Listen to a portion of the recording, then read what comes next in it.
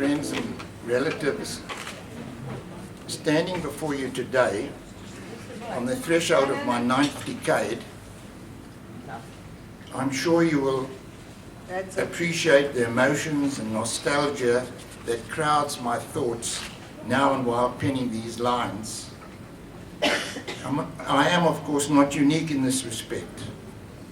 All of us, as we reach our important milestones, pause to reflect on our past, present and future, on our successes and failures, on our accomplishments and missed opportunities, and very importantly, on the many good things we have been blessed with. I realize now how fortunate I am to belong to the generation that grew up in the 1930s and 1940s, that matured in the 1950s and reached its prime in the 1960s and 1970s. If we were lucky to have survived World War II, we were able to benefit from the many advancements in all forms of human inventiveness which the necessities of the war accelerated, and which soon became evident when peace arrived. Nuclear power and the microchip were two of the most important developments. But I think it is fair to say that my generation is the first to have benefited from the tremendous advancements in medical science that seemed to explode throughout the immediate post-war world. Organ transplants, artificial limbs, new hips and knees, successfully combating many life-threatening diseases, and a large choice of effective life-prolonging pills. All this has allowed us, and very likely me, to live longer and enjoy a good quality of life. As proof, there are 3 nonagenarians present with us today, together with many representatives of the so-called Octo Club, which I am blessed to have now joined. And I believe it all started because of the war and soon after it. Needless to say, when I was growing up during the 40s, things were very different from today. We understood that the term making out referred to how one had done in his exams. That going all the way meant telling the bus conductor you wanted a ticket to the terminus. That a cell phone was used by a prison warder in the case of an emergency. That a stud was something that fastened a collar to a shirt. Yes, in those days a formal shirt and its collar came separately packed. We octogenarians were born before penicillin and polar shots were saving millions of lives, before the television set began to change our lifestyles, when frozen foods had not yet entered our homes, when plastic materials with their many advantages were not yet with us to lighten our lives, and there was no contraceptive pill. We have lived through these and countless more of life-affecting innovations. We've had to adjust to the computer age and witness the great advancements in human genetics and knowledge of the universe. I don't think any previous span of 80 years in history has changed mankind so profoundly. And now at the age of 80, I have for some time felt the constraints of advancing age. I'm reminded of the cynic who said that growing old is like being penalized for a crime you haven't committed.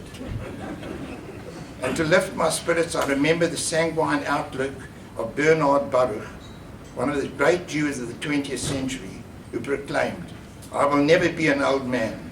To me, old age is always 15 years older than I am." I will try to adopt his attitude. To bring some levity into my speech, I wish to relate the following story, which some may have heard, and so to them I beg they bear with me. Appropriately, it is about a man who is turning 80. He was very active and youthful for his age. A reporter was sent to interview him, to discover the secret of his being so fit and youthful looking. "Well," says the man, "I walk 5 miles every day and go to my gym twice a week." "Astonishing," says the reporter. "You have wonderful genes. How old was your father when he died?" "My father died?" Who says my father died? "But you're 80 years old and your father's still alive?" My father is 99 and walks a mile a day and plays bowls twice a week. Astonishing, claims the reporter. What wonderful genes he has. How old was your grandfather when he died? My grandfather died? He's 119 and walks around the block before breakfast every day. And what's more, he's getting married next week. What? A man of 119 wanting to get married? Who says he wants to?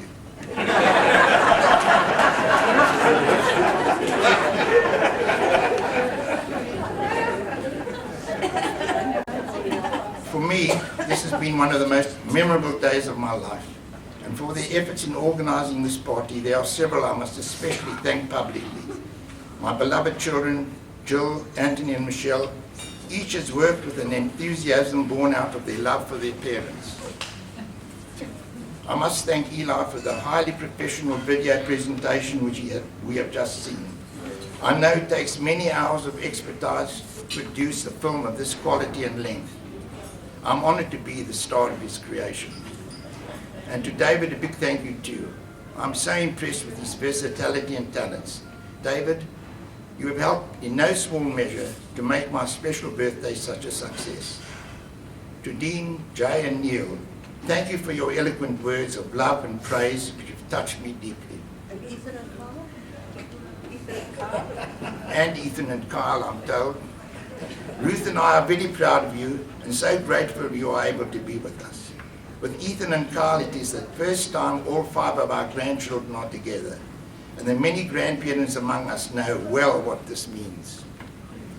Our happiness is tempered by the absence of my very dear sister Ray, who was unable to travel from Israel, of Morris and Phyllis, who couldn't come from Melbourne, and Jeff and Claire, who are out of the country.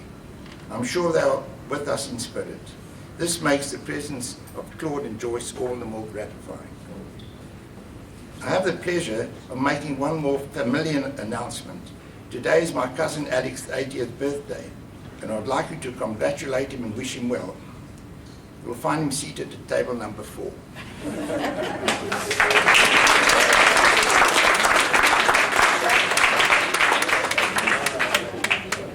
Earlier, I mentioned how fortunate we are for the many good things we have been blessed with.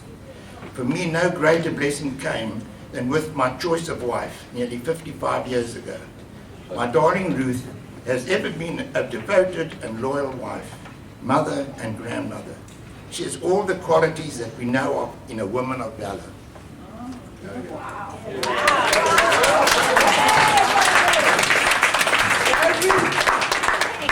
And my blessing became our blessings when, as the years passed and we had Jill, Anthony and Michelle, they have been such a joy and source of pride to us. And then our sons-in-law, Eli and Ari, were welcomed into the family fold. And eventually came our grandchildren, Dean and Neil and Jay and Ethan and Kyle. Truly we are blessed to have all with us today, especially our 5 grandchildren, who for the first time have assembled under the same roof. Surely our cup doth runneth over with happiness. Let me conclude by thanking all for your sincere good wishes extended to me on reaching this important milestone. Each of you is important to me, some of course more so than others, but all are very important. Your presence here today is proof of this. It is my fervent hope that all of you will be blessed with good health and happiness in the years to come. May we all be spared to meet at such joyous occasions as this. Thank you.